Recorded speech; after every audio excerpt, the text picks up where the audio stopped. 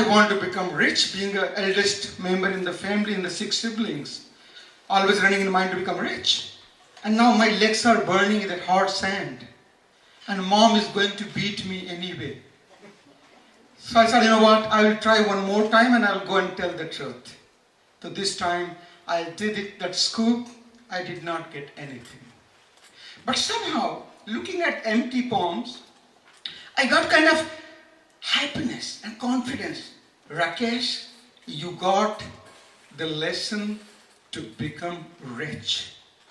Last 11 years, you used to pass by that path and that sand. You never seen those articles you collected. But today you put 45 minutes and your target were those 2 coins.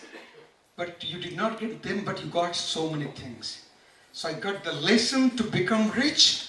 As the saying goes, always aim for the moon. Even if you miss, you will land among the stars. And from that day onward, I started dreaming big. And I started stretching myself on daily, weekly, monthly, and yearly basis. And that stretch brought me from that village to city, to Middle East, to California as an IT professional. And finally, March 21st, 1999, landed in this beautiful country called Canada and settled.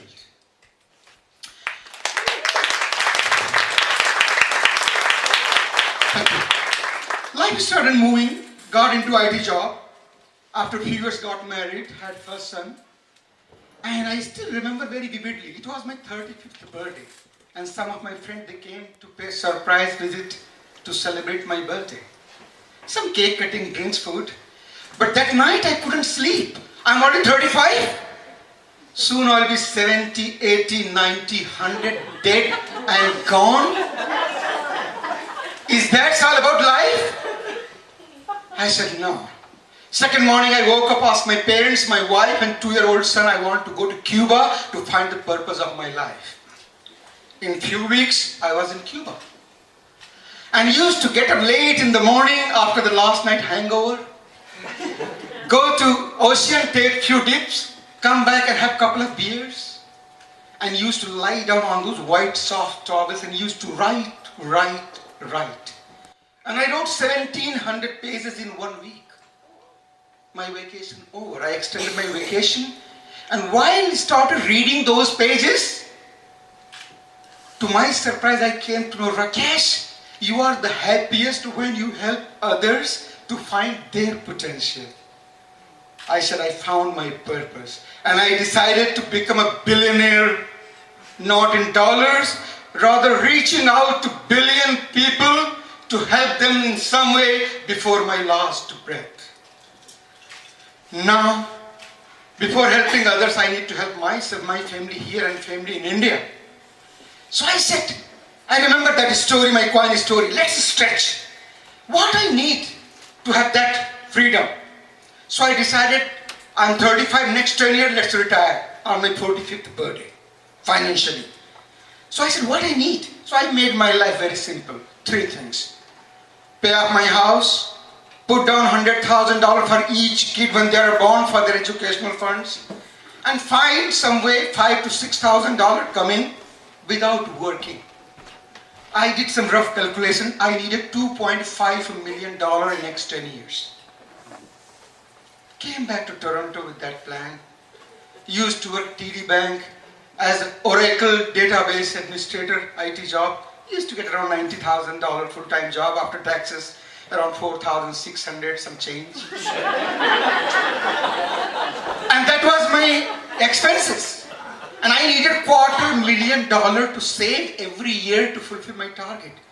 So I started attending all the job fair, friends and the consultant and agents and the investors to find out how to do that. I came to know, Rakesh, forget about full-time, become a consultant, you can make 100, 110, 120 bucks an hour. And I did that. I opened my corporation, started consulting. But that was still not enough after taxes to save. I said, what else I can do? So I came to know the agent which was placing me. He was making around $5,000 cut commission on me. So I said, can I do that? It took a couple of years. I was able to place enough people, and I said, that's not bad. I will make it. And all this extra earnings I put into the real estate. And after that, from full-time to consultant, from consultant to placement, from placement to real estate, all these things I started teaching to other people. For free, for my friends and family. Today we call it coaching. And everything was moving. I said, I'm going to get that, my target, much before 10 years. And as per plan, my wife delivers second baby boy. And here I found myself in that hospital, North South General Recovery Room, holding my 3-hour-old boy and trying to play with him, but somehow not feeling very happy. Meantime, doctor took my wife away to reoperate on her because she developed some complications due to C-section delivery. After 1 hour, they entered the room with a sad face. Sorry, Mr. Mishra, we couldn't save her, sis, no more.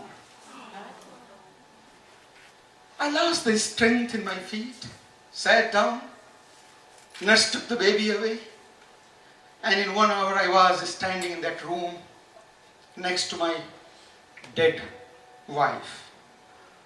Doctor asked me if I want to call someone. I said, doctor, can you leave me alone? I want to spend a few minutes with her. Doctor left the room. I just kissed her forehead and decided to commit suicide by jumping outside of the window. So I just leaned over about to jump, and I realized it's too low, I may not die. I said, no problem, I'll go to rooftop and jump from there. So I started moving, and I was passing by the hallway, and I realized around 3 to 4-year-old boy trying to play with gentleman, probably his dad. I stopped. I said, wow, my boys, they lost their mother.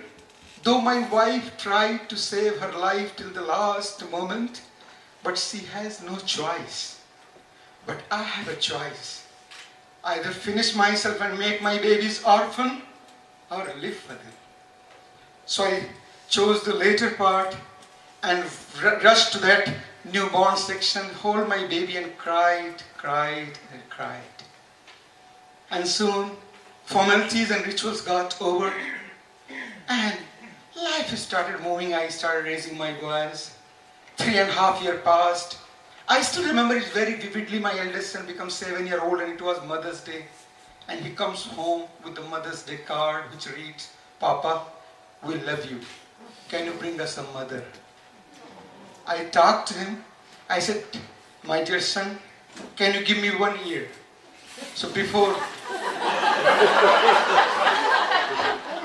next Mother's Day, I got remarried, and I gifted my boy as a mother.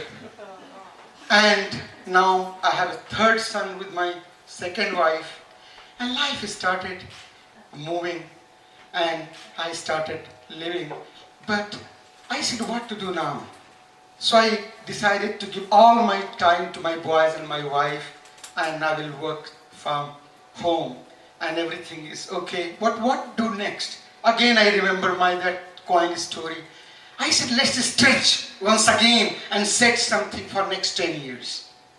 So this is right now I'm in that 10-year stretch. And what I did, I started following this social media and internet that Julia said.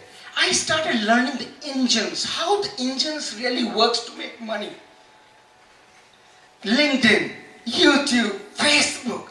If they can make $100 billion, why not me at least some few million? So now my next 10-year target is let 1,000 people pay me $1,000 a month. That is $1 million a month. And why not? Out of 7.5 billion people in the world, today, Julia can confirm more than 5 billion people are using social media and internet. So why not? So it's all, I'm in that now, and I'm doing it, and it's going to work. But with all the chaoticness, adversities, struggle, the lesson which I learned from my life, I would like to share with you, that no matter how bad an adverse situation is, as long as you are breathing, it's not done yet. And once you stop breathing, who cares, ladies and gentlemen? May I request you all, stretch, stretch and stretch to find and live your purpose of life before this lovely and beautiful life comes to an end. Thank you.